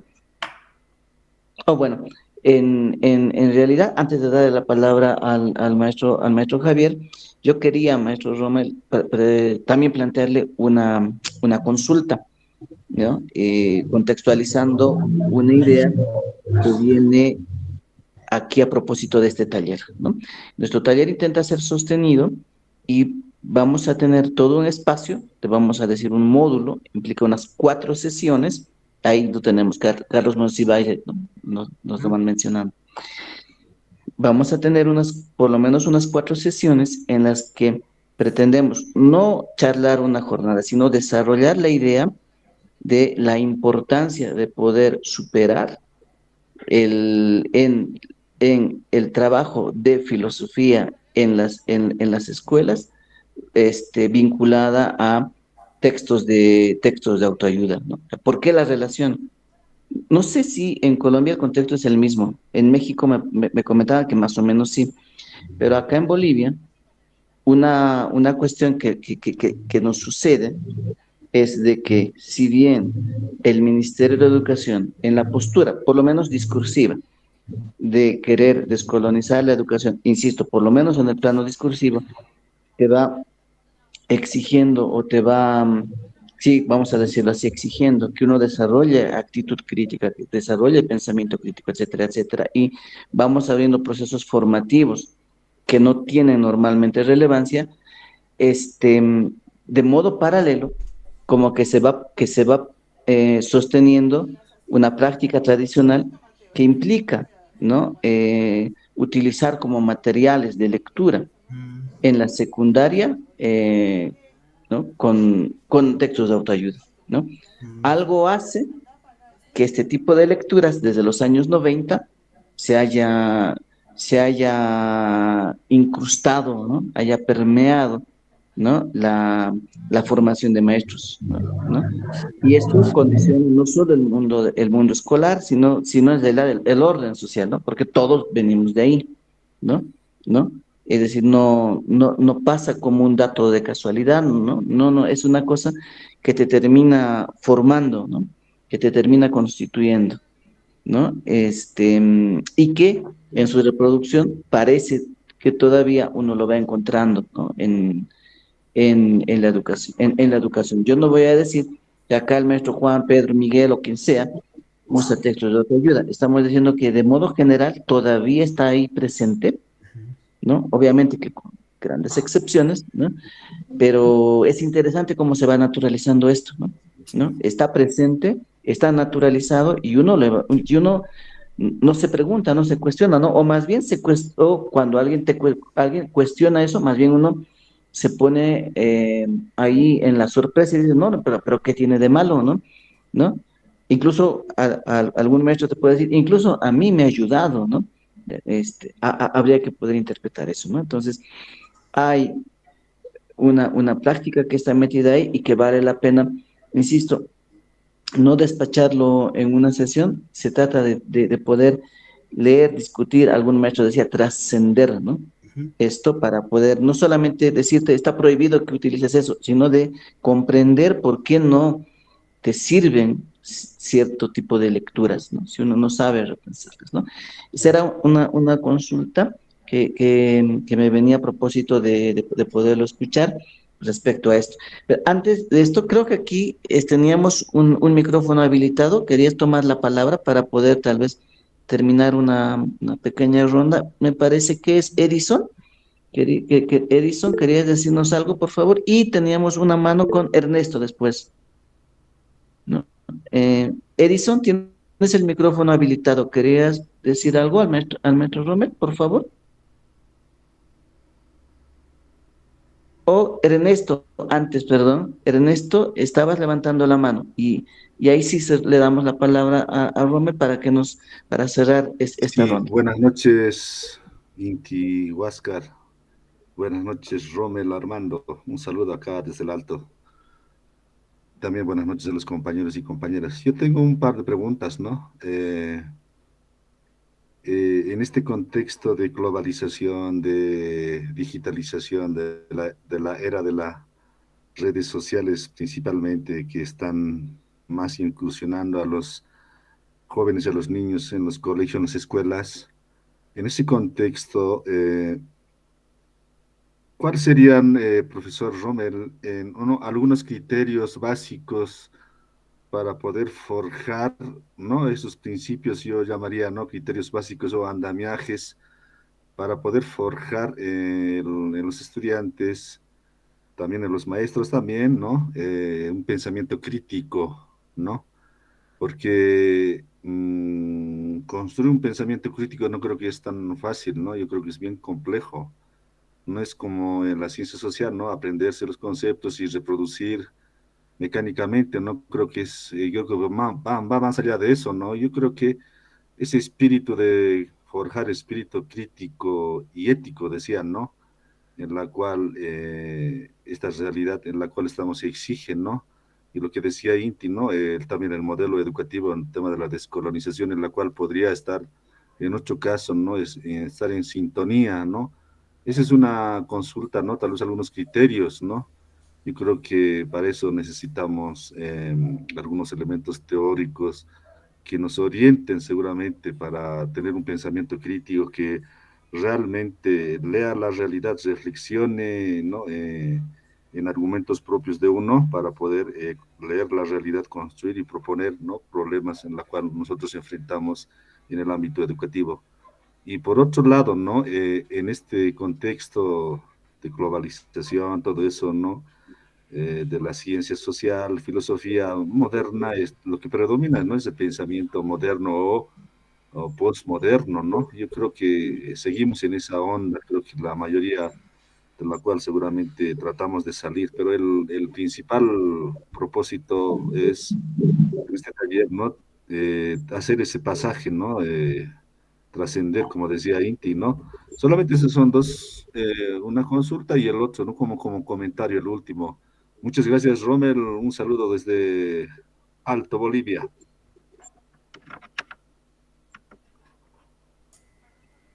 Gracias, Ernesto. Rommel, ahora sí te damos la palabra, por favor. Bueno, Inti, muchas gracias, Ernesto. Muchas gracias por su saludo y realmente cuando me mencionan el Alto, yo realmente me imagino una ciudad maravillosa, que sé que es maravillosa porque tengo un amigo por allá que siempre me manda audios y me comenta cómo es. Y bueno, muchas gracias por el saludo. Sobre esto de, digámoslo así, de cómo formar en pensamiento crítico es muy difícil, supremamente complejo en la medida en que es incentivar, ¿sí? Es como, había una expresión que le decía Stanislao Zuleta, el pensador caleño al que me refiero, decía él, enseñar a pensar es muy complejo porque es como querer darle de comer a un indigesto. Cuando una persona está llena, no quiere comer, ¿no? Entonces, ¿qué hay que hacer? Decía él, hay que hacerlo vomitar, ¿sí? Hay que hacerlo vomitar para que una vez que vomite, comience a sentir hambre de comer algo, ¿ya? Entonces, esto él lo decía retomando obviamente la idea socrática de solo sé que nada sé, ¿sí?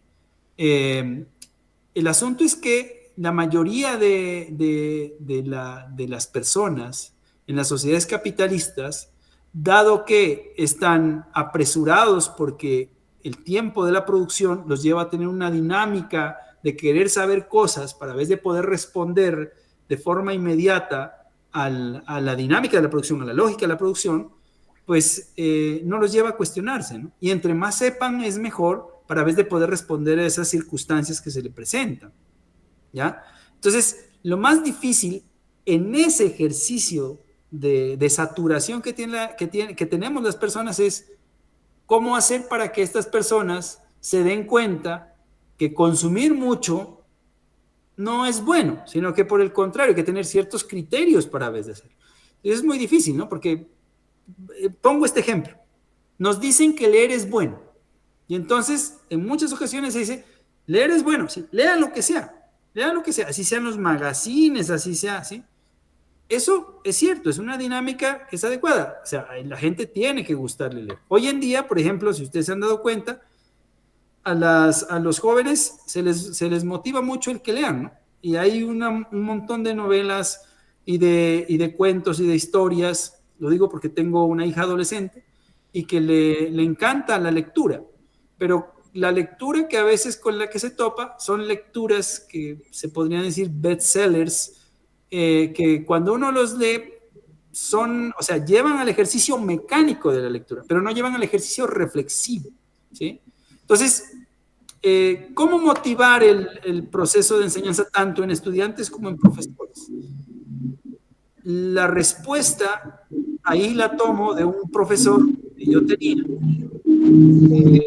que es muy estudioso de Marx, no sé si de pronto ustedes lo han escuchado, es el profesor Julián Sabogal Tamayo. Él decía, si uno quiere leer a Marx, la mejor manera de leer a Marx no es leerlo indirectamente, sino leerlo directamente. Y eso va a llevar a que en principio puede ser incómodo, porque leer el Capital de entrada es duro. Pero lo importante del Capital no es tanto la información que nos da, sino la forma como en el Capital se hace la reflexión sobre el Capital. Y entonces el ejercicio del docente podría ser no tanto decirle, mire, esta es la teoría del valor, esta es la teoría, este es el trabajo abstracto, el trabajo concreto, sino decirle, mire, la forma de pensar de Marx está llevándolo a hacer una interpretación de la realidad. Y asimismo, por ejemplo, con Kant, con Descartes. Y para eso se requiere entender el contexto histórico en el que está, ¿sí? Entonces, cuando Descartes, por ejemplo, hace el cuestionamiento sobre si esta realidad que estamos viviendo es verdad o es mentira, eso es evidente. Uno dice, pero ¿cómo Descartes, qué bruto, cómo no se va a dar cuenta de eso? Pero el asunto es que él está cuestionando las estructuras de pensamiento que venían de la Edad Media y que le decían que sin duda eso que estaba allí podría ser una mentira. Y está cuestionando a la vez todo el fundamento, todos los fundamentos clásicos, ¿sí? De la comprensión de la realidad. Entonces, claro, cuando uno lo va entendiendo así se va dando cuenta de la complejidad. No es tanto el contenido que está, sino la forma como reflexionaba. Entonces, la lectura de los clásicos es supremamente valiosa para estimular el pensamiento crítico, ¿sí? Entonces, por ejemplo, cuando uno lee Maquiavelo, uno dice, caramba, este Maquiavelo no tiene ética. Por el contrario, lo que está sentando es las bases de una ética que es la que tenemos ahora. ¿Cuál?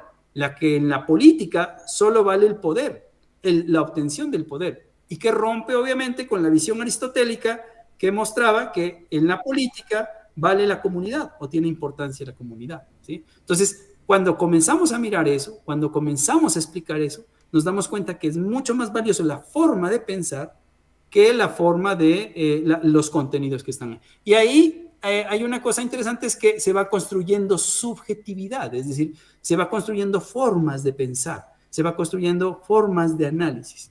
Y hay una cosa que es muy valioso, que lo dice Belkin Hoods, que ya lo mencionaba, que lo dice también el profesor Renan Vega Cantor, un profesor colombiano que trabajó en la pedagógica y que tiene también un texto que se llama así, Elogio del Pensamiento Crítico. Y obviamente que lo he escuchado en muchos pedagogos, y es que en muchas ocasiones los estudiantes toman como ejemplo al profesor en el ejercicio de la reflexión, ¿sí? Es decir, siguen como que siguen sus pasos, siguen el modelo que tienen, ¿sí? Y eso pues obviamente contribuye mucho a que se pueda llevar a cabo un proceso de estímulo de pensamiento crítico, ¿no? Eso podría decir, esa sería la respuesta. No sé si había otra pregunta.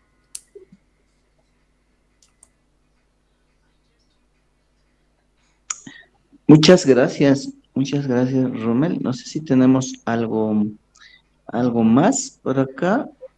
No, bueno, le damos la palabra entonces a nuestro director, al maestro Javier Rodríguez, nuestro director del área de Filosofía y Humanidades de la Universidad de Nariño, para que nos pueda ayudar en un cierre de ideas y el inicio también de nuestro cierre de la jornada, ¿no? En el diálogo ya se nos fue un poco más de hora y media, solamente en este diálogo. Muchas gracias, maestro Rommel. Entonces, te damos la palabra. ¿Estás por ahí? Está nuestro director, el maestro Javier, por favor. Sí, sí, por aquí estamos, gracias. Sí, sí, escuchando atentamente, ¿no? Qué rico, gracias por esta sesión, muy, muy interesante, muy rica, ¿no? En contenido, también muchos contenidos y mucho aprendizaje especialmente, ¿no? Y eso es lo que debemos hacer, ¿no? Ese diálogo, como decíamos, de saberes, ese compartir experiencias creativas, imaginativas, de reflexión también filosóficas, pedagógicas. Y bueno, y ahorita se nos da una oportunidad grande, ¿no? Como ya mencionaba el maestro Robert, la misma crisis que está viviendo el mundo ya parece que es el fin, ¿no? Es el fin el fin de varios relatos. El fin también, yo pienso, sinceramente, ¿no? Tal como me han mencionado, que ya no estamos en la época, no estamos en el siglo XX o el siglo XIX, cuando a Latinoamérica se nos imponía, ¿no? Cosas y se nos tenía que decir lo que teníamos que hacer. Es decir, cuando imponía Norteamérica, Estados Unidos, los gobiernos títeres, cuando hacía golpes de Estado, cuando imponía dictaduras.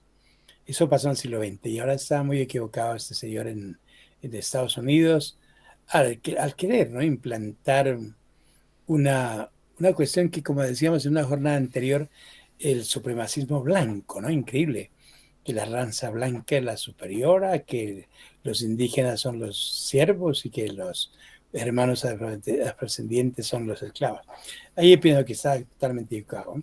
Y desde Colombia, por ejemplo, pensamos que la posición misma, ¿no? De nuestro presidente Gustavo Petro fue muy importante, ¿no? Muy importante porque no podíamos, ¿no? Aceptar que Estados Unidos nos manden sus aviones a nuestra gente, a nuestros connacionales, a nuestros compatriotas amarrados, esposados de pies y manos y tratados como si fueran criminales, como si fueran delincuentes. Y en el caso de nuestro gobierno, el presidente dijo no. Digo, primero exijo un trato digno, porque son seres humanos y no criminales. Y segundo, dije, mando el avión presidencial para que me traiga la gente desde Estados Unidos. Sin embargo, otros países no aceptaron eso, ¿no? Cómo están llegando, por ejemplo, al Ecuador.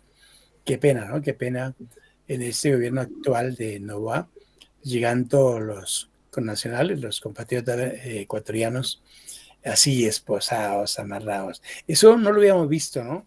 Y si no hacemos esto, Inti y doctor Romer y compañeros todos, si no seguimos haciendo esto, ¿no? Este desarrollo del pensamiento crítico y de estar actualizado a lo que está pasando en el mundo, en Latinoamérica, y con respecto pues al Partido Republicano en Estados Unidos, que para mí, yo pienso que es el fin del imperialismo norteamericano. Ya es tiempo de que, como todos los imperios, el romano, el carolingio, el napoleónico, han desaparecido.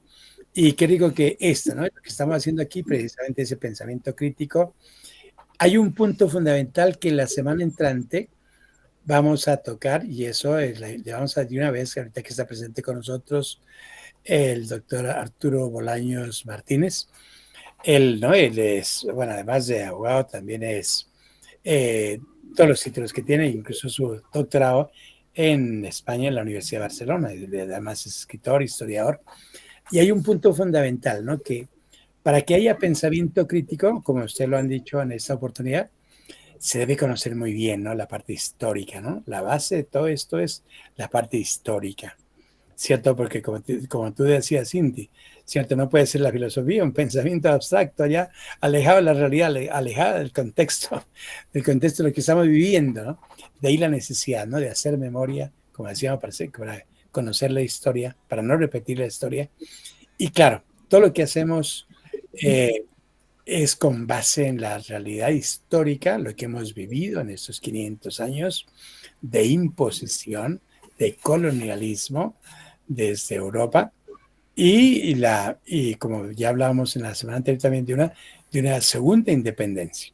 Ya hicimos una primera independencia hace 200 años, listo, estamos a través de las tertulias, los foros, los debates, los coloquios, los congresos, ese tipo de talleres desde Bolivia y Colombia para ir fortaleciendo al sujeto social, ¿no? Lo que decía, tú recuerdas, Inti, Hugo Semmelmann, el epistemólogo chileno, que se fue después del golpe de Estado de Allende, que le dieron a Allende, Pinochet, se fue para México y desarrolló eso, ¿no? La necesidad de preparar al sujeto, ¿no? Que podemos ser todos los proyectos lindos, hermosos, bellos, proyectos políticos, pero si no preparamos al sujeto para que implemente, para que ejecute, para que ponga en práctica el proyecto, pues no estamos en nada. De ahí, ¿no? Eso ya está invitado prácticamente el doctor Arturo Bolaño Martínez. Y igualmente, ¿no? Qué rico tener, por ejemplo, en esta oportunidad a Edison Benavides, ¿no? Desde el resguardo indígena y Ascual, para que el camino nos comparta la experiencia, ¿no? La experiencia linda desde Colombia, desde Manuel Quintín Lame, desde Lorenzo Muelas, de Floro Tunubalá y de otros tantos pensadores y líderes indígenas que han hecho, por ejemplo, en Colombia, desde la Organización Indígena de Colombia, desde el CRIC, incluso en el Cauca, desde los cabildos indígenas del sur de Colombia, una posibilidad importantísima de participación en este gobierno, ¿no? Antes, en los 200 años atrás, se utilizaba a los indígenas y a los hermanos afrodescendientes para participar en las guerras, ¿cierto? Para participar en los ejércitos, pero nunca participar en las decisiones. Y precisamente lo que estamos hablando acá es eso, pensamiento crítico para tomar decisiones. No solamente que otros tomen las decisiones por nosotros, sino que nosotros podamos tomar esas decisiones.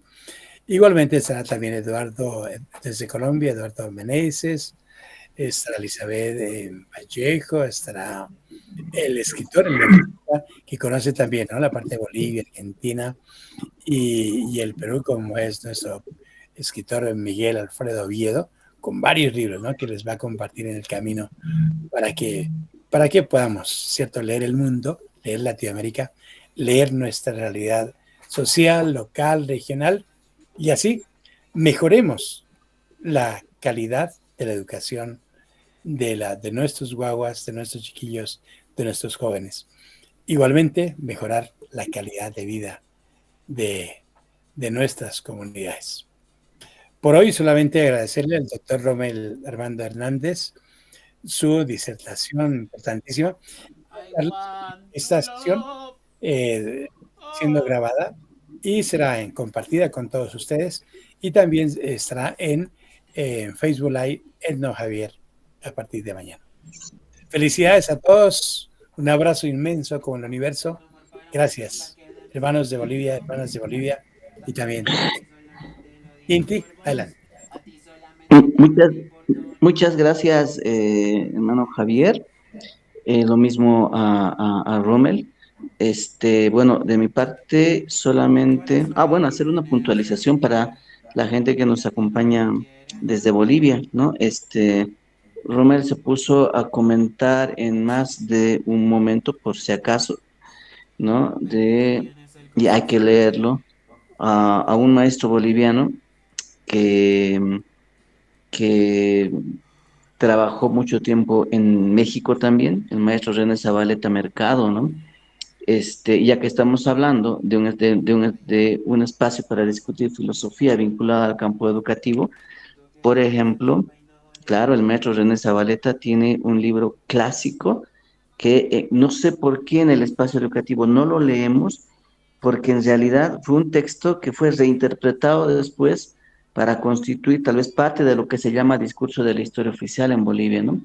Esa es una reinterpretación tal vez no muy precisa, sino de manual, ¿no? Por eso vale la pena ir a la fuente, ¿no? El maestro René Zabaleta escribía de muy joven, tendría 25, 26 años de edad cuando escribió este librito, un ensayo que luego se hizo el librito que titula La formación de la conciencia nacional, ¿no?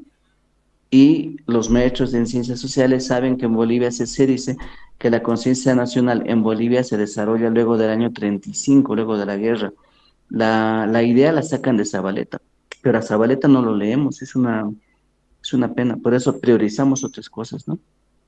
Pero bueno, eso será para discutir en otro momento, ¿no? La biblioteca oficial de la Facultad Latinoamericana de Ciencias Sociales en México lleva su nombre, ¿no? Ya a Zabaleta lo ubican más fuera que dentro de Bolivia, eso también es una tristeza, ¿no? Pero bueno, solo recordarlo y hacerle un pequeño homenaje al maestro que nació en Oruro, ¿no? Falleció en La Paz, ¿no? Relativamente joven, ¿no? No llegó a cumplir falleció cerca de los 50 años de edad, ¿no? ¿No? Bastante joven. Ya. Bueno, muchas gracias, maestro Rommel. Te quisiéramos dar la palabra para nuestro cierre y ya nos vamos despidiendo, ¿no? Bueno, pues muchas gracias a ustedes, muy rico el diálogo, muy realmente interactivo el espacio. Y bueno, muchas gracias. Y hay una cosita que se me quedó ahí sobre el asunto de que por qué en ocasiones pega mucho la literatura esta de autoayuda, ¿no? Y es que en la sociedad en la que estamos, demanda mucho, obviamente, a ver, queremos deshacernos de la angustia, queremos liberarnos de la angustia, de los problemas, de las dificultades. Y la filosofía es angustia. La filosofía, por el contrario, es angustia total, ¿sí?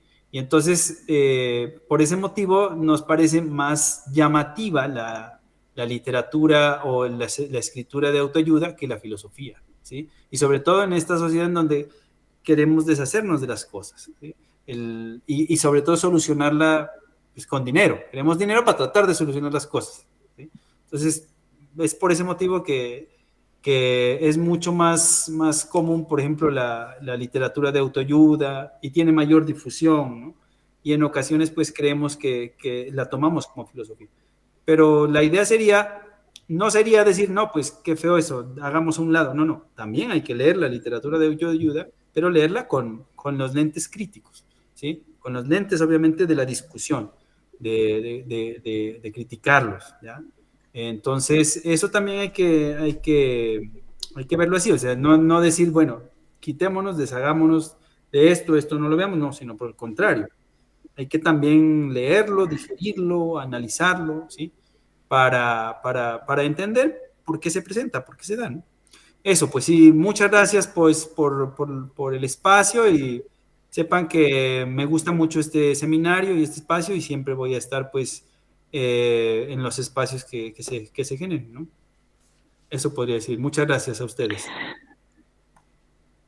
Muchas gracias, maestro Rommel. Por si acaso, sí, vuelvo a reiterar, al maestro Javier le pasamos ya los enlaces para que podamos tener un espacio común compartido durante la semana, ¿no?